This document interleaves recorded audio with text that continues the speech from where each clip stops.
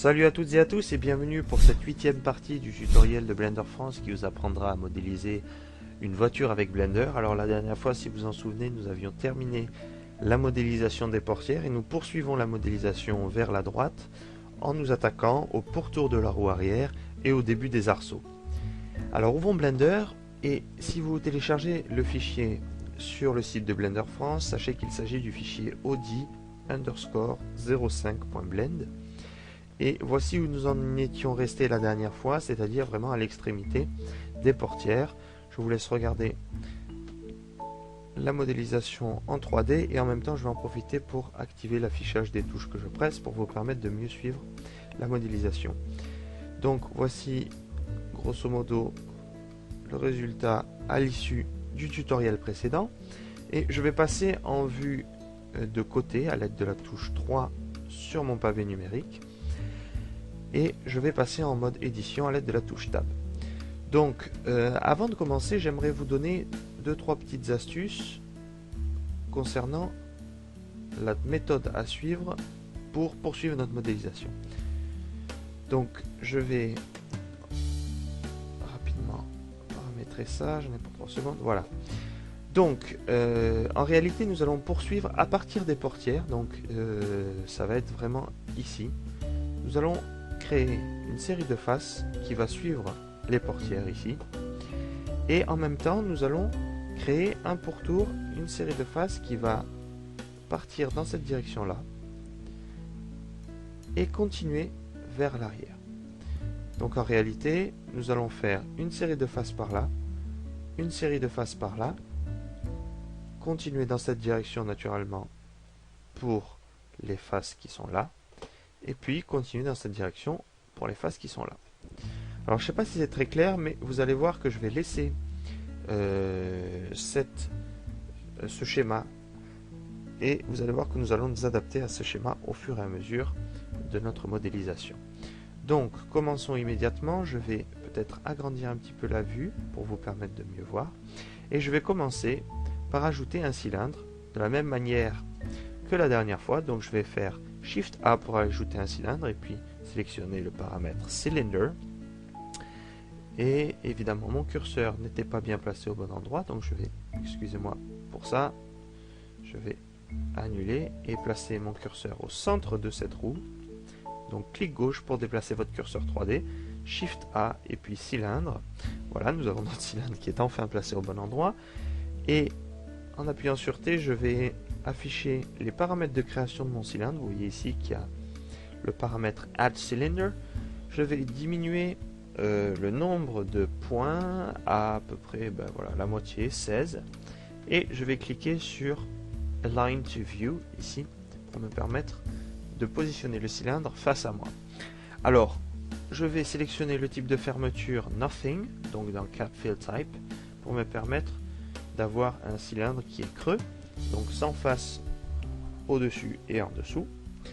Et nous sommes prêts à mettre en place notre cylindre. Alors vous voyez que naturellement, étant donné que ce cylindre a été créé en tant que objet qui fait partie de mon ancienne modélisation, vous voyez que le miroir s'applique également au cylindre. Donc nous allons sélectionner la moitié de ce cylindre que nous allons supprimer à l'aide de la touche X. Et vous voyez qu'ici nous n'avons plus qu'un cercle de vertex que nous allons pouvoir mettre en place en vue du haut, grosso modo à l'endroit voulu. Voilà, comme ceci. Voilà, il faut que ce soit grosso modo en place. Et une fois que c'est en place, nous allons pouvoir l'ajuster, ajuster sa taille. Donc je vais dire, on va partir pour ça. Hop.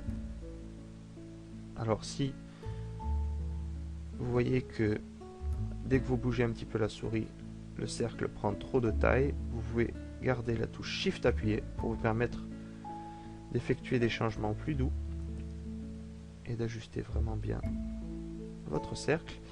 Maintenant, je vais sélectionner les vertex qui se trouvent ici et appuyer sur X pour les supprimer. Voilà. Alors j'ai peut-être sélectionné un vertex de trop, mais c'est pas un drame. Donc je vais sélectionner ce vertex ici à gauche et l'extruder pour le placer à l'extrémité de mon pourtour de roue. Et toujours en sélectionnant les 4 points que vous voyez ici et en appuyant sur F, je vais commencer à créer des faces pour poursuivre ma modélisation. Alors, je vais peut-être, par commodité, diminuer légèrement l'opacité de mon image de référence. Alors, attendez que je retrouve la vue de côté, c'est celle-ci. D'accord, donc je vais diminuer l'opacité de mon image de référence afin de mieux voir les points qui sont ici. Voilà, je vais remasquer ces panneaux d'options. Alors vous voyez ici par exemple qu'on a deux vertex juste à côté l'un de l'autre, donc je vais descendre celui-ci à ce niveau là et créer une nouvelle face à l'aide de la touche F. Voilà, j'en profite également pour essayer de ne pas rompre les alignements de vertex que j'avais fait auparavant. Je vais déplacer ce vertex là à ce niveau-ci pour me permettre de créer à nouveau une face. Donc vous voyez ici je suis mon schéma de tout à l'heure. Donc je vais créer vraiment une série de faces qui va monter le long de la portière et en même temps vous voyez que je suis le pourtour de ma roue au fur et à mesure, donc en déplaçant mes points. Voilà. Donc voilà, au lieu de continuer le long du pourtour de cette roue, eh bien je vais tout simplement continuer vers le haut en extrudant ce point.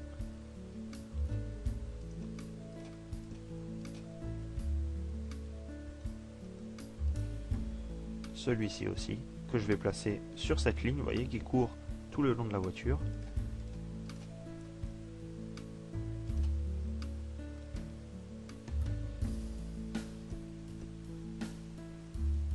Hop, voilà. Et donc, si je me mets maintenant en vue tridimensionnelle, vous voyez que j'ai créé ma série de faces qui remonte le long de la voiture en amorçant le pourtour de ma roue. Alors bien sûr, il faut faire des modifications en vue du haut, naturellement. Alors, le trait que j'ai dessiné en schéma me gêne un petit peu, donc je vais le masquer pour un petit moment, le temps d'ajuster mes points. Et je vais peut-être même dupliquer ma vue pour me permettre de mieux travailler. Donc je vais sélectionner ce point là et venir le placer vraiment à la limite de cette fenêtre ici. Ce point-ci que je vais venir placer sur la ligne, donc la ligne qui court là, dont je vous parlais tout à l'heure, et ajuster le placement des autres points. Ça c'est bon, ça c'est bon. Ok. Bien, je vais revenir en vue plus large, sachant que c'est un tutoriel, j'essaye d'avoir la meilleure visibilité pour vous qui regardiez sur YouTube ou sur le site de Blender France. Voilà, donc si je me mets maintenant en 3D, vous voyez que ça poursuit vraiment la forme de la voiture et que nous allons entamer maintenant l'aile. Donc je repasse en vue de côté, je vais réafficher mon schéma et repasser en vue agrandie. Alors ce point là je vais peut-être le bouger un petit peu et je vais extruder alors ces trois points à peu près à ce niveau là. Hop, que se passe-t-il? J'ai touché une mauvaise j'ai appuyé sur une mauvaise touche. Voilà. Voilà, alors là pareil, il faut essayer de garder un alignement correct par rapport à ce qui avait été fait au niveau de la portière. L'idée c'est vraiment d'essayer de rendre le maximum de fluidité à nos lignes.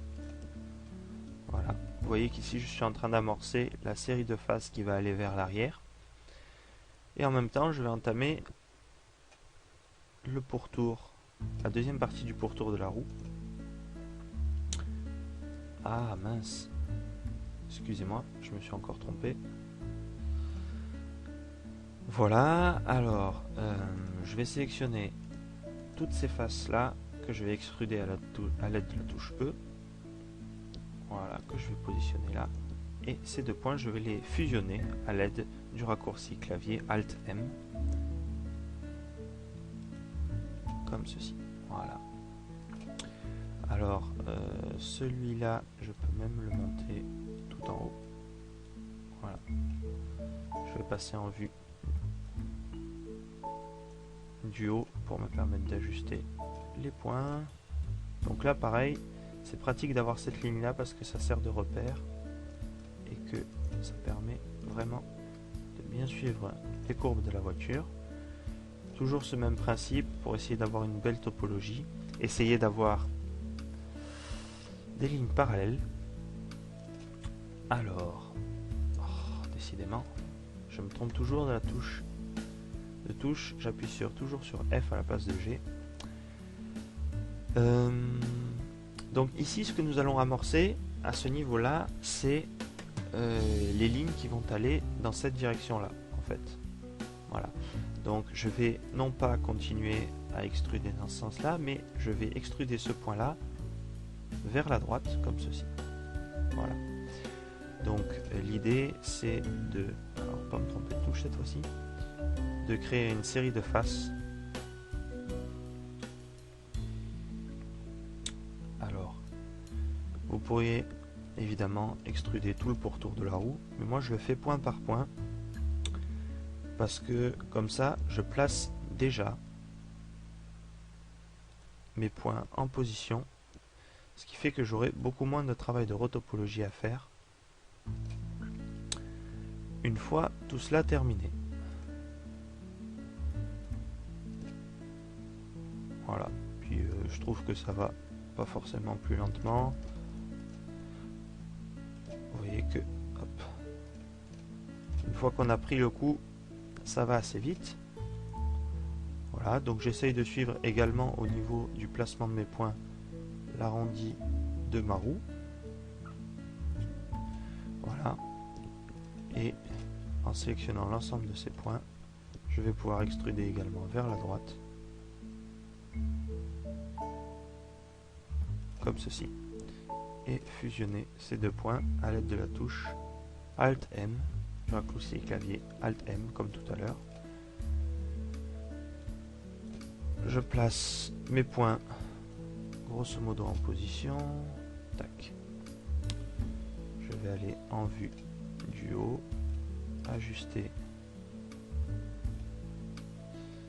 Alors, je vais à nouveau masquer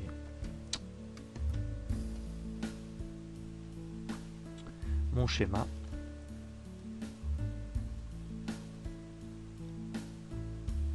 Alors celui-là, on va le laisser là pour le moment. Tac. Comme ceci. Alors je vais repasser en vue dupliquée. Alors une vue du haut et une vue de côté. Voilà. Donc je vais vraiment commencer à corriger le placement de mes points. Par exemple, ceci qu'il faut ajuster.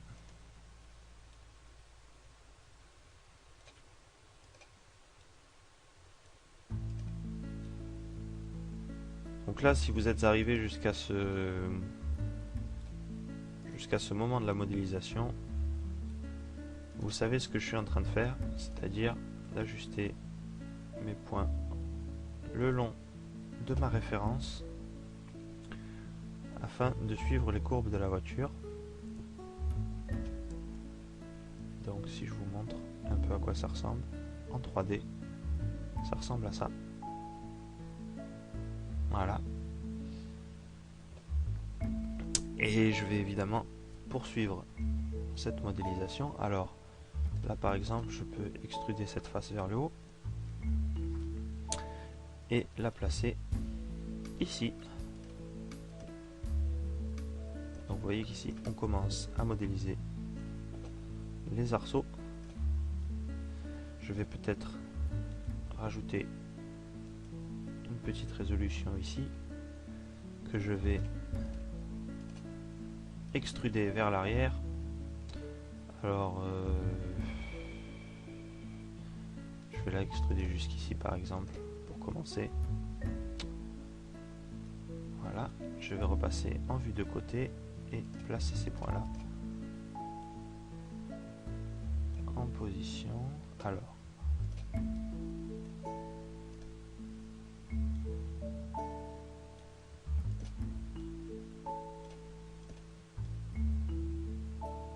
comme ceci.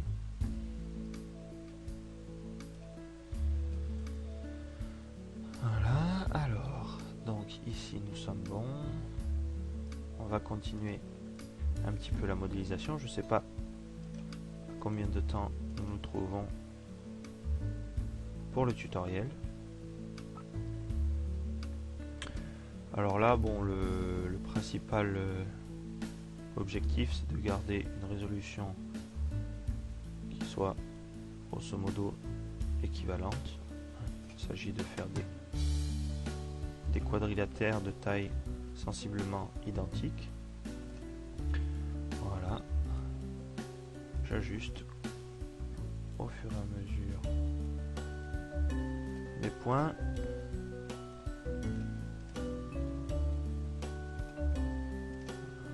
Tac. En gardant mes lignes de vertex fluides.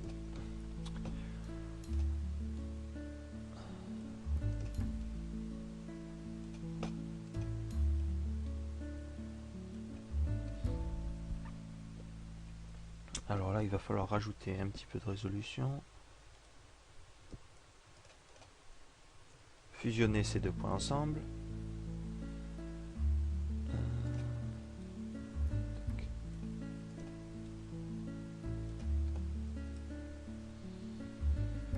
Vérifier le placement de ces points-là.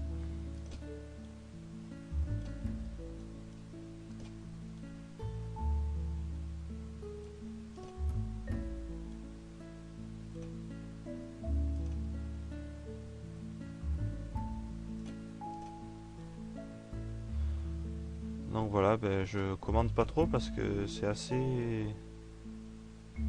standard ce que je fais là. C'est vraiment ce que j'ai fait pendant toute la modélisation, c'est-à-dire placer les points au fur et à mesure en me servant des différentes vues. Voilà.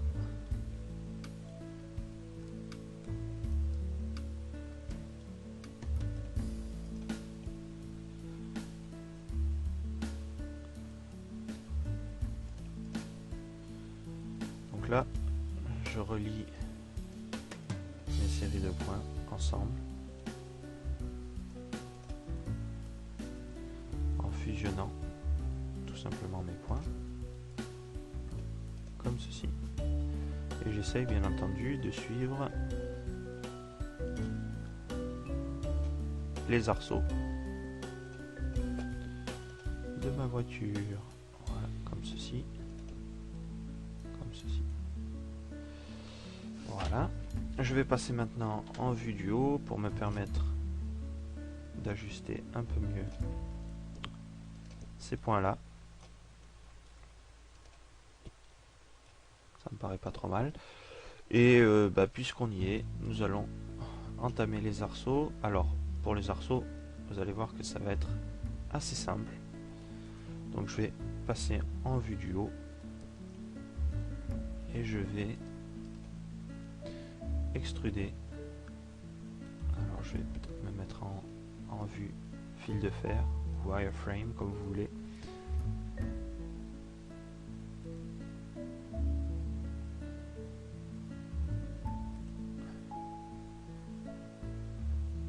Voilà, là pareil, lorsque j'extrude, j'essaye de garder grosso modo une résolution identique. Voilà, hein, ça c'est pas forcément très précis, mais enfin au moins on essaye de faire quelque chose de correct. Et je viens rejoindre le début de mon arceau que j'avais fait lors des tutoriels précédents. Et là vous voyez que sur la vue du côté c'est la catastrophe, donc nous allons corriger ça. Pas de danger.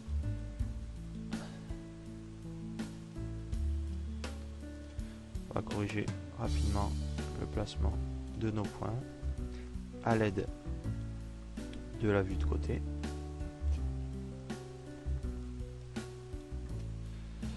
Voilà.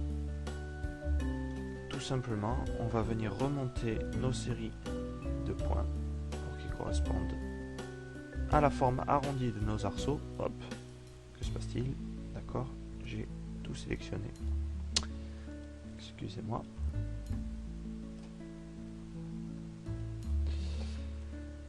Voilà. Donc si maintenant je passe en vue tridimensionnelle, vous voyez un peu ce que ça donne avec les arceaux. Donc notre voiture commence vraiment à prendre forme. Je vais peut-être même, allez, soyons fous, entamer la modélisation du toit. Alors pour le toit, vous allez voir que j'ai une méthode qui permet de faire les choses assez simplement. Donc là je vais déplacer ce vertex à ce niveau là, ou plutôt voyons voir, ouais, je vais déplacer ce vertex à ce niveau là.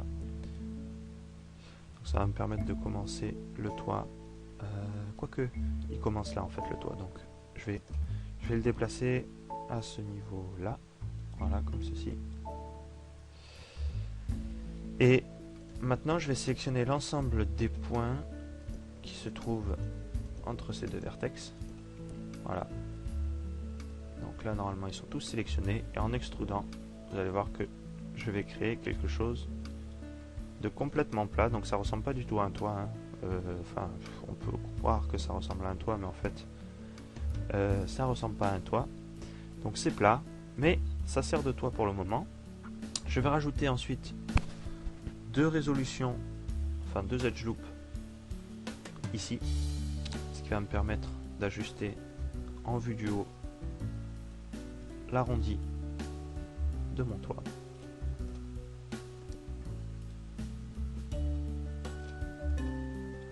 Comme ceci. Et de l'autre côté, même principe, je vais ajuster la forme de mon toit. Je vais maintenant passer en vue de face et vous voyez que le toit est beaucoup trop plat. Donc ce que je vais faire, c'est que je vais prendre ça et l'augmenter, enfin le faire monter plutôt.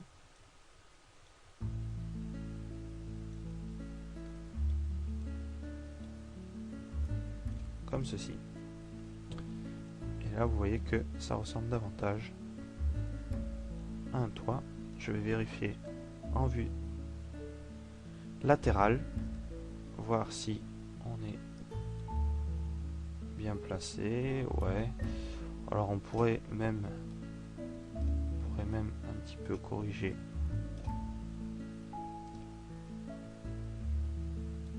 la hauteur de notre arête à certains endroits. Par exemple ici.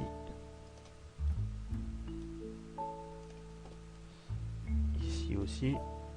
Voilà, c'est vraiment histoire de faire quelque chose de pointilleux. Sinon, c'est pas forcément nécessaire. Voilà. Et là, toujours le même principe.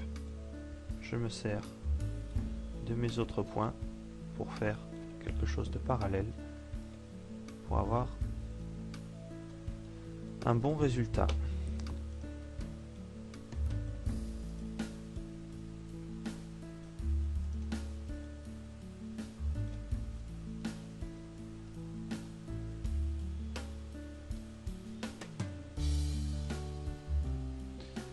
Je vais baisser légèrement ces points-là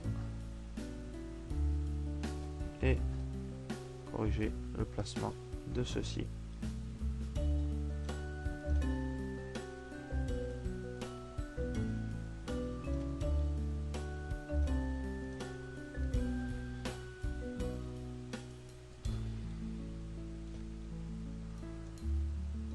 Et voilà. Donc je pense qu'on va s'arrêter là pour cette fois-ci. Nous avons quand même déjà pas mal progressé. Nous avons fait le pourtour de la roue et les arceaux et le toit. Et la prochaine fois, nous nous attaquerons à la modélisation du coffre pour commencer la fois d'après les finitions. Voilà, j'espère que ce tutoriel vous aura été utile et je vous dis à très bientôt pour un nouveau tutoriel. Ciao!